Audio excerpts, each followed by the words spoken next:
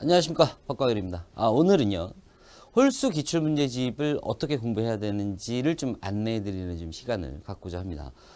뭐 여기저기 학생들이 좀 추천을 좀 많이 받고 이제 홀수책을 갖고 공부를 하려고 하는데, 사실 생각보다는 책을 공부하기가 쉽지만은 않을 수도 있는 게, 제가 기출 분석은 이렇게 해야 된다라는 저만의 생각이 있겠죠. 그 생각들을 책에 곳곳에 녹여놨기 때문에 그 취지 또 방법을 좀 알고 공부하는 게 훨씬 더 여러분에게 도움이 될 거라는 생각에 이런 시간을 통해서 좀 이것저것 좀 안내를 해드리려고 하니까, 그냥 뭐 수업 듣는다 생각하지 마시고 그냥 편안하게 한번 들어보시고, 제가 지금 안내해드리는 대로 한번 기출 문제를 제대로 공부해 보시는 건 어떨까? 자, 한번 시작해 볼게요.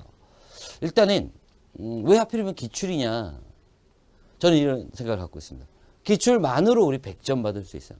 요새 컨텐츠가 많거든요. 뭐 모의고사 컨텐츠, 뭐 EBS 컨텐츠, 하여튼 등등 수많은 이제 공부할 거리가 있는데, 어떻게 보면 예전 학생들보다 요새 학생들이 공부할 게 많아서 편할 수도 있지만, 사람은 항상 그래요. 선택할 게 많으면 선택에 따르는 괴로움 같은 게 있어요. 그러다가 미적되다가 시기를 놓치는 경우도 되게 많습니다. 내가 뭘 사고 싶어. 근데 쇼핑몰에 갔는데 그게 딱 하나밖에 없어. 그럼 그냥 그거 사는 거예요. 근데 쇼핑몰에 갔는데 한 2개나 3개가 있네. 그럼 뭐 가격 비교해야 되고 뭐 해야 되고 뭐 해야 되고 하다 보면 복잡합니다. 근데 저는 이런 말씀을 드리고 싶은 게, 우리가 수많은 국어 콘텐츠들 중에서 기출만 제대로 공부한다면 그 이유만으로도 충분히 수능 100점도 맞을 수 있다. 이제 제 수업 들어본 학생들 알겠지만 제가 이렇게 말을 세게 하는 성격이 아니거든요. 근데 이것만큼은 확신에 차서 말씀드릴 수 있어요. 모의고사도 하시고 EBS도 하시고 다 하세요. 근데 여러분들 그 국어 공부의 중심에 이 수능 기출이 있어야 합니다. 그러면 여러분들은 탄탄한 실력을 가지고 수능을 볼 수 있을 거예요. 그럼 기출을 볼 때 초점이 뭐냐? 첫 번째, 공통점이에요. 두 번째, 사고 과정의 교정입니다. 밑에 본질, 그리고 제가 옆에다 물음표 하나 빵 찍어놨는데, 이제 사람들은 그래. 똑같은 말을 해도 좀 있어 보이게 말을 하고 싶고, 그런 말을 들을 때 더 뭐가 있는 것 같다 이런 생각을 해요. 제가 여기다가 이제 본질을 찾자, 이게 본질이다, 뭐 이런 식의 얘기를 하면 여러분들이 좀 더 그럴싸하게 생각할지 모르겠지만, 거창한 말은 안 할게요. 그냥 공통점을 찾으면 됩니다. 올해 현대시, 작년 현대시, 재작년 현대시 기출 문제를 모아서 이렇게 보다 보면 얘네들끼리 비슷비슷한 공통점이 있을 거예요. 그걸 어떤 사람은 본질이라고 얘기하지만, 우리가 해야 되는 건 공통점 찾기다. 본질이 아닌 그냥 공통점만 잘 찾아보자. 다음. 아이고, 죄송합니다. 두 번째, 사고 과정의 교정이 있어요. 이게 뭐냐면, 이제 기출 문제를 분석하다 보면 이제 우리는 기출 문제를 볼 때 오류가 없다는 전제하에 봅니다. 그러면 어떤 과정을 거쳐서 답이 나오는 걸 수도 없이 반복하게 돼요. 가끔 학생들이 이런 질문을 많이 해요. 저의 이 주관적 사고를 어떻게 하면 고칠 수 있을까요? 물론 이제 강의라는 방식으로 좀 교정을 해볼 수 있겠지만, 내 스스로 고치는 게 가장 강력합니다. 끊임없이 기출문제를 근거를 확인하고 근거와 선지를 연결해서 그 빈 여백을 채우고, 지문에서는 이렇게만 말했지만 선지에서 저렇게까지 얘기했는데 이게 맞대. 그럼 이렇게만 말했는데 저렇게 얘기한 게 왜 맞지? 천천히 생각을 해보는 거죠. 그 과정에서 우리의 사고는 객관적인, 수능날 평가원이 원하는 그런 사고에 도달할 수 있다. 이 두 가지가 초점이라고 생각하시면 돼요. 첫째, 공통점 찾자. 두 번째, 사고 과정을 교정하자. 나만의 주관을 없애자. 두 번째는 이제 기출 분석에 대한 좀 구체적인 얘기인데요. 잘 보이실까 모르겠어요. 뭘로 분석할까라는 이제 고민이 생깁니다. 왜 하는지는 조금 전에 배웠어요. 뭘로 할까? 제가 봤더니 100종이 넘어요. 수능 기출 관련 서적이 100종이 넘습니다. 정말 많죠. 디자인도 다르고요, 가격도 다르고요, 추천해주는 사람마다 저마다 이유가 다 다르고 책마다 다 다르요. 광고를 하는 출판사도 있고 안 하는 출판사도 있고, 유명한 출판사도 있고 안 유명한 출판사도 있고. 저도 이제 예전에 야, 이 책으로 공부해라고 이제 이런 식의 추천을 학생들한테 많이 해줬는데, 저를 믿고 온 학생인데 제가 추천을 해줬을 때는 제가 그 책에 대한 확신이 있어야 돼요. 근데 어느 날부터인가 이렇게 상대적으로 좀 좋다는 이유로 추천해 주는 게 맞나? 얘보다는 얘가 날 거야 라는 말은 할 수 있지만 얘는 인생을 걸고 공부하고 있는데 내가 너무 성의 없이 아이에게 책을 추천하는 거 아닌가? 사실 고민을 좀 많이 했습니다. 그래서 그 책들을 굉장히 꼼꼼히 봤어요. 수많은 기출서적을 갖다 놓고 어떻게 분석하고 있는지, 어떻게 해설하고 있는지를 몇 년에 걸쳐서 봤습니다. 그러다가 그냥 제일 속편한 거죠. 내가 만들자. 그게 제일 속편하지 않겠어요?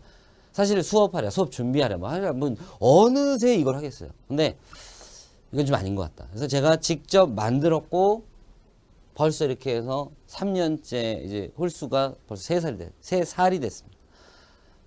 이유는 하나요. 그냥 제가 원하는 방식대로 저의 학생들이 공부했으면 좋겠다. 그러니까 첫 번째는 제 수업을 듣는 학생들을 위해서 만들었어요. 뭐 전국에 있는 모든 학생들을 뭐 제가 누군지 알지도 못하고 어떻게 공부하는지도 모르는데 이것만이 답이야 이러긴 좀 그렇잖아요. 근데 그래서 만들었고 작년 거치면서 내가 이 책에 좀 더 학생들을 위한 안내를 심고 또 어떻게 저렇게 하라고 한다면 물론 제 수업을 듣는 학생들은 훨씬 강한 시너지가 나겠지만 제 수업을 듣지 않는 학생들한테도 도움이 되지 않을까? 그래서 작년에 책이 좀 많이 바뀌었고 올해 그걸 훨씬 더 강화했습니다. 뭐 자랑입니다. 홀수 이전의 기출과 홀수 이후의 기출은 여러분들이 뭐 연도별로 책 쌓아놓고 비교할 수 없으니까 잘 모르겠지만 저는 좀 이 부분에 자부심을 느끼고 있는 게 기존에 있는 수능 기출 책은 해설만 있었어요. 근데 해설은 사실 인터넷 뒤져봐도 많이 나오거든요. 또 인터넷에 있는 해설이 그대로 반영된 해설서도 많고요. 근데 저는 해설만 본다고 되나? 이 문제의 답의 이유가 뭐라는 걸 알기 위해서 보는 게 과연 기출의 전부인가? 이런 생각이 좀 들어서 많은 장치들을 홀수에 심었습니다. 당연히 해설은 열심히 했어요. 모든 선지 다 실어놨고요. 두 번째는 이제 이런 장치들을 넣기 시작했어요.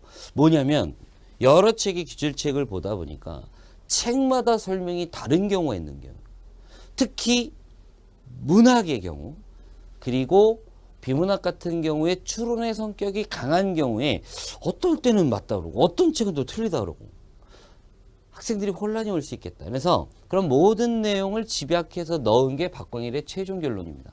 물론 네가 뭐가 잘났다고 최종적인 결론을 내냐 뭐 이렇게 생각할지도 모르겠지만 한번 보시면 아실 거예요. 이런 경우도 있고 이런 경우도 있는데 학생 입장에서 우리가 수능 시험 날엔 이 정도의 결론을 갖고 임하면 충분하다라는 선을 안내해 드릴 겁니다.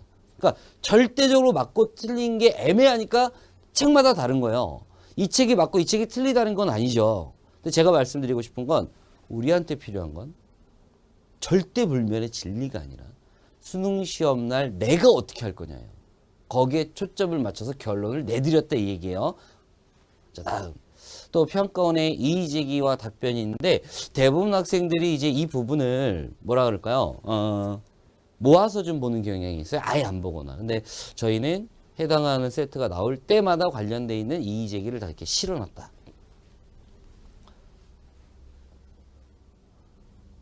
이것만 있는 거 아닙니다. 이제 시작이에요.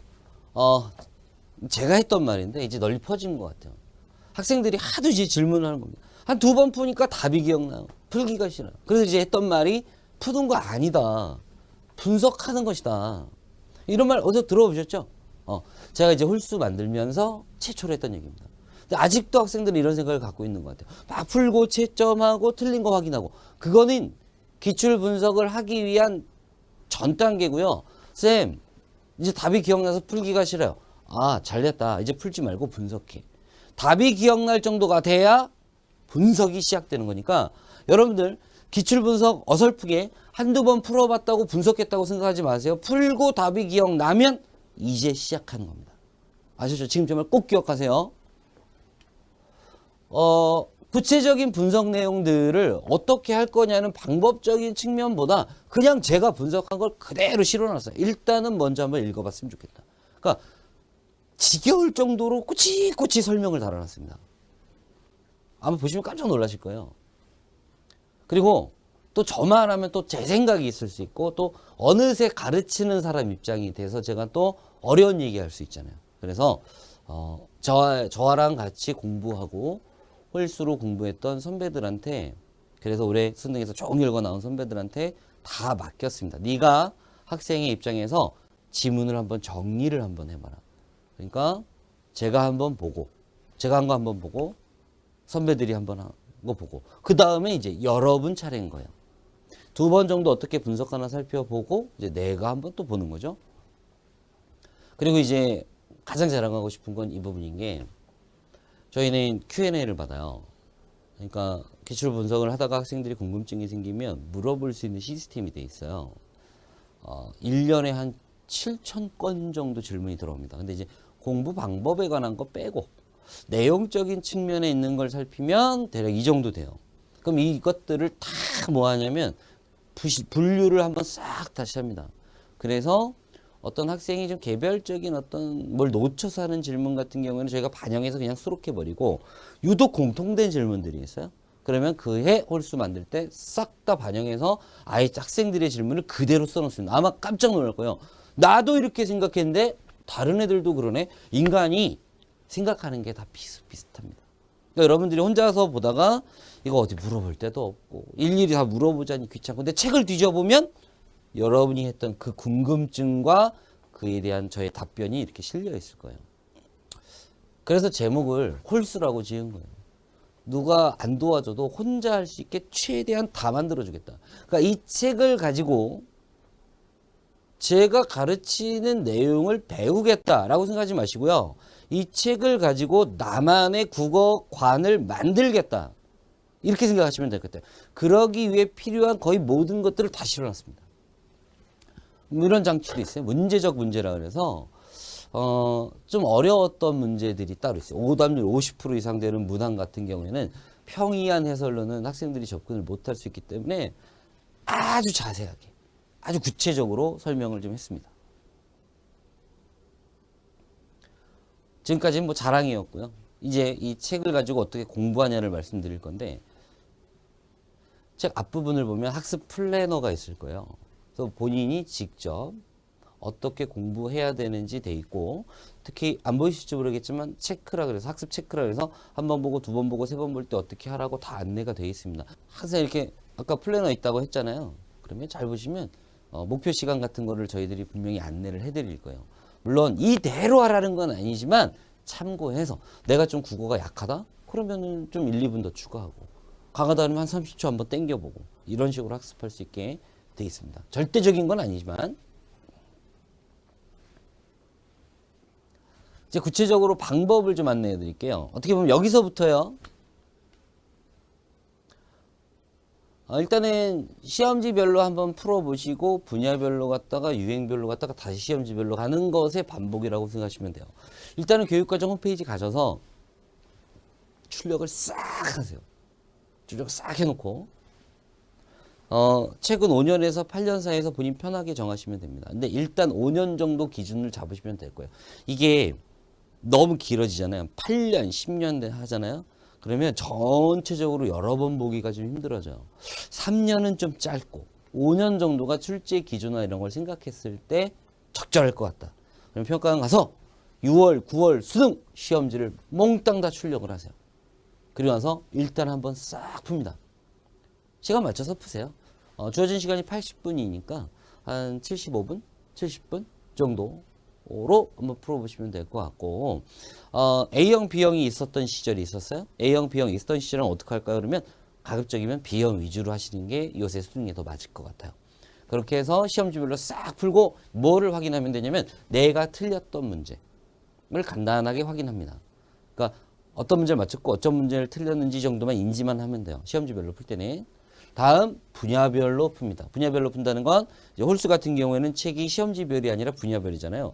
시험지별로 하는 거는 그냥 출력해서 풀어도 상관없는데, 분야별로 볼 때는 책으로 안 만들어주면 매우 학생들이 귀찮아해서 시험지별로 할까 분야별로 할까 하다가 고심 끝에 좀 더 편한 건 분야별로 해주자. 시험지는 그냥 출력한 그대로 봐도 상관없으니까. 그래서 분야별로 봅니다. 이때 꼼꼼하게 분석을 하시는 거예요. 그리고 문제 유형별로 봅니다. 문제 유형별로 본다는 건 이런 거예요. 아직은 여러분들이 기출문제를 많이 안 봐서 유형이 뭐가 있나요? 이럴 수 있는데, 예를 들어서 현대시로 한번 얘기를 해보면 표현성의 특징 문제가 있을 수 있고 또 공통점 문제가 있을 수도 있고 보기 주고 해석시키는 경우 보기 없이 해석시키는 경우 등등의 유형들이 있을 거예요. 이 유형은 여러분이 정하시면 돼요. 생긴 거 비슷한 애들끼리 묶어보는 겁니다. 그러니까 무슨 말이냐. 일단은 현대시문 한번 쭉 보는 거예요. 다 끝났어. 그럼 다음 단계에서 현대시에서 이렇게 생긴 애들만 연도별로 몰아서 보는 거예요.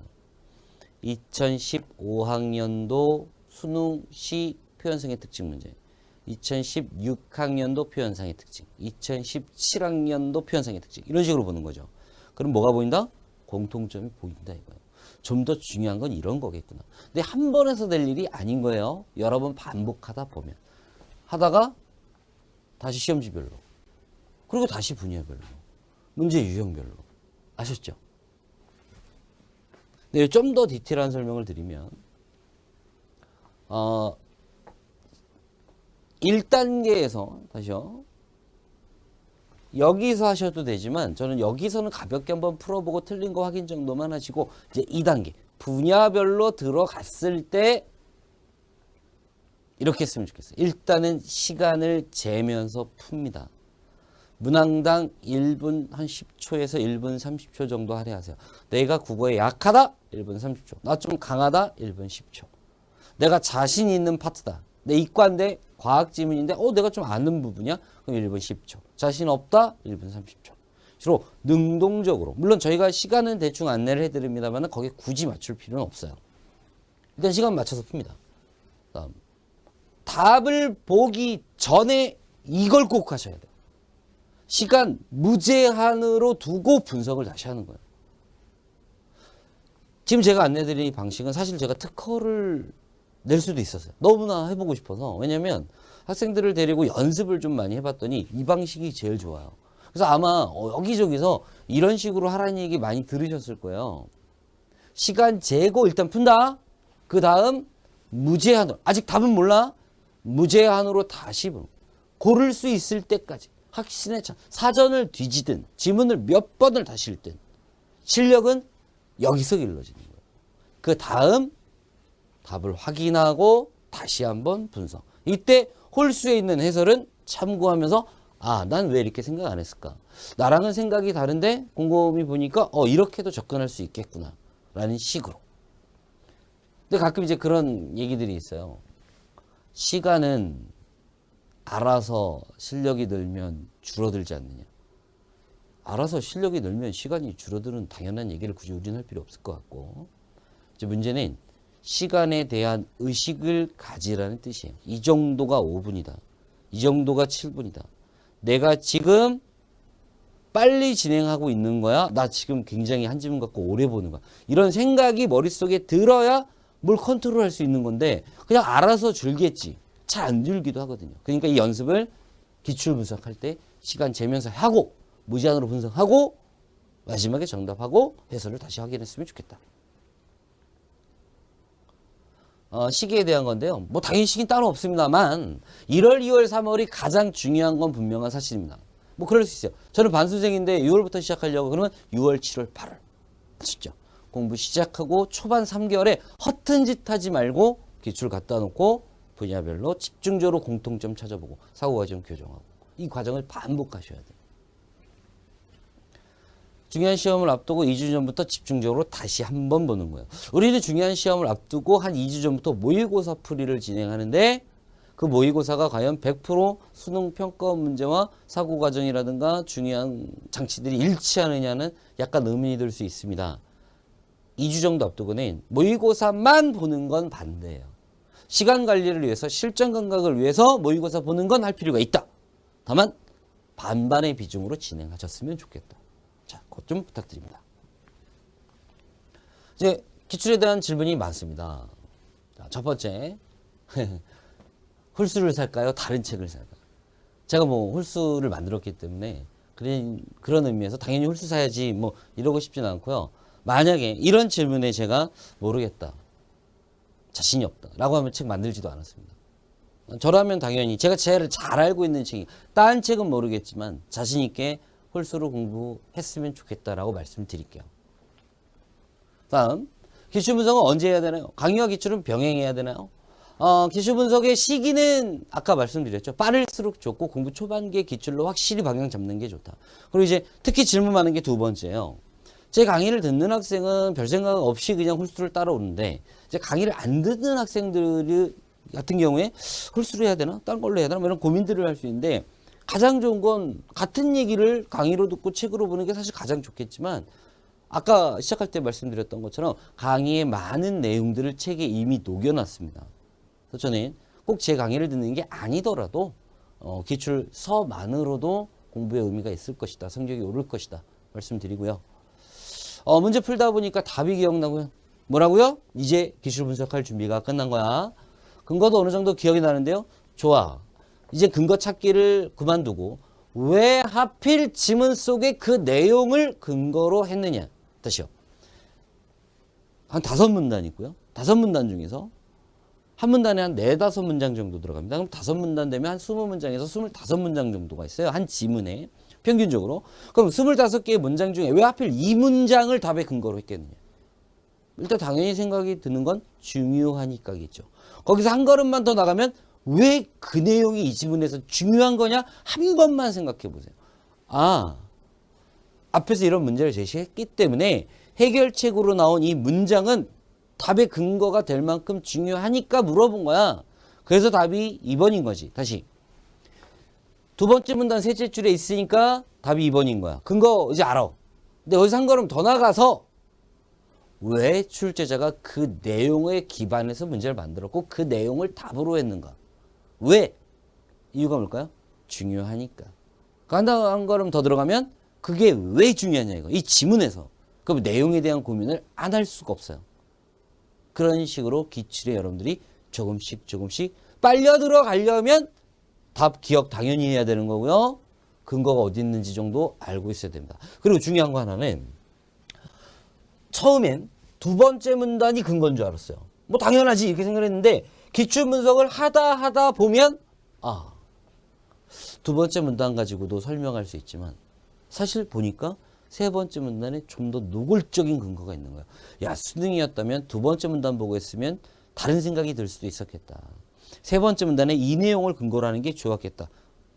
답의 근거가 바뀌기 시작합니다. 한두 번 봤을 때 이거야 이렇게 생각했던 게 두 번, 세 번, 네 번, 5번 보다 보면 그거보다 더 좋은 게 있는데 얘는 이런 점에서 예외가 있을 수 있겠는데 라고 고쳐지기 시작할 거예요. 다음, 기출을 반복한다는 건 어떤 의미가 있는가? 지금까지 말씀드렸던 겁니다. 나의 모든 것이 수능날 출제자가 원하는 거랑 맞춰지게 될 거예요. 과거의 학생들처럼 뭐 다양한 어떤 문자화된 텍스트를 많이 접하는 세대가 우린 아니에요. 근데 출제자의 기대는 예년에 비해서 훨씬 높아집니다. 그러니까 예전 수능에 비해서 최근 수능이 훨씬 어렵냐? 그렇진 않은 것 같은데 우리가 시험장 가서 체감할 땐 훨씬 어려워져 있어요. 책을 많이 읽고 뭐 신문도 보고 칼럼도 읽고 다 좋은데요. 시간 대비 효율성이 제일 좋은 건 기출을 보는 겁니다. 독서 영역에서 구조도는 실제 시험에서도 그래야 하나요? 제가 제일 억울한 게 이거예요. 너무 왜곡을 심하게 했어요. 시험장에 가서 구조도 그리라고 말한 적 한 번도 없는데 이상하게 커뮤니티에는 그런 글들이 많이 올립니다. 박광일이 시키는 대로 구조도 그리다가 망했어요. 전 그렇게 한 적이 없거든요. 학생들의 글인지 누구의 글인지는 잘 모르겠지만 이제 우리 홀수 비문학 독서 파트를 보면 이제 구조도라는 게 있을 거예요. 꼭 좀 그려보셨으면 좋겠는 게 일단은 선배들이 그린 걸 보고 감을 잡으세요. 어떤 식으로 하라는 거구나. 그래서 이제 자기가 자기식으로 한번 그려보는 겁니다. 이게 지문 전체를 보고요. 지문에서 핵심을 추려내는 훈련이 돼요. 시험장에 가서는 그리면 망하죠, 당연히. 그리라는 게 아니라 뭐예요? 그런 그렸던 것들이 베이스로 깔려있는 채 시험장에 가서 그냥 읽는 겁니다. 그럼 뭐가 보니까? 그래, 구조가 보이지. 구조가 보여서 뭐하냐? 단지 구조만 보이냐? 그게 아니에요. 구조가 보인다는 건 흐름이 보이는 거고 그 흐름 속에서 당연히 중요한 내용이 눈에 보인다는 뜻이에요. 그래서 그려보라고 말씀드린 겁니다. 자, 마지막 질문. 문학이나 문법의 경우에 기본적인 용어나 개념을 모두 학습한 후에 기출문제를 푸는 것이 좋을까요? 공부에는 사실 순서가 있어요. 문학 같은 경우에 문학 용어를 모르면, 문법 같은 경우에 문법 용어를 모르면 힘들 수가 있습니다. 방법은 두 가지예요. 아예 문학 개념 용어들에 대한 공부를 하고 나서 또 문법에 대한 공부를 하고 나서 기출 분석하는 방법이 하나 있고요. 아니면 기출문제 분석하면서 용어 공부 같이 해도 상관은 없습니다. 여기서는 특별히 선후관계를 말씀드리진 않을게요. 꼭 어떻게 해야지만 되는 게 없어요. 다만 용어를 모른 채, 개념을 모른 채 문법 기출 분석을 한다는 건 다소 무의미할 수 있다. 문학도 병렬적 구성, 입체적 구성 뭐 이런 것들 있잖아요. 용어들이 병치, 역설 뭐 이런 용어들을 잘 모른 채 기출 분석하면 무의미한 기출 분석을 할 수 있거든요. 꼭 제 강의가 아니어도 괜찮습니다. 그런 기본적인 강의들을 좀 듣고 공부하시는 게 좋다. 아니면 병행하셔라. 이렇게 말씀을 드릴게요. 결론입니다. 시작할 때 했던 말인데요. 아마 공부 과정에서 이것도 해야 되고 저것도 해야 되나? 뭐 이런 의문들 또는 자극들 또 권유들 많이 접하시게 될 겁니다. 네, 이건 꼭 기억하셨으면 좋겠어요. 하세요. 왠지 불안해. 이 모의고사를 안 풀면 내가 왠지 수능을 못 볼 것 같아. 불안에 휘둘리는 것보다는 모의고사 풀어서 편안해지는 게 낫다면 그렇게 하세요. 다만 그렇게 하는 과정에서도 여러분들의 그 기반엔 기출이 꽉 차 있었으면 좋겠다. 기출만으로도 100점 받을 수 있다. 몇 번을 보느냐의 문제일 겁니다. 오늘 뭐 이렇게 해라 저렇게 해라 뭐 은근슬쩍 제 자랑도 하고 막 했어요. 근데 중요한 거는 그 구체적인 방법들이 좀 잘 여러분들이 구현을 하면 참 좋겠지만 일단은 많이 보는 게 제일 우선입니다. 제대로 한 번 봤어요. 이거는 의미가 없어요. 잘은 모르겠지만 10번 봤어요. 이건 의미 있어요. 많이 보면 많이 볼수록 많이 보이는 게 기출이에요. 여러분들의 그 공부가 좀 후회 없는 공부가 되었으면 하는 마음에 만든 책이 홀수고 그래서 이런 시간도 가졌습니다. 올해 수능 때 좋은 결과 있기를 바라면서 여기서 마무리 짓도록 하겠습니다. 감사합니다.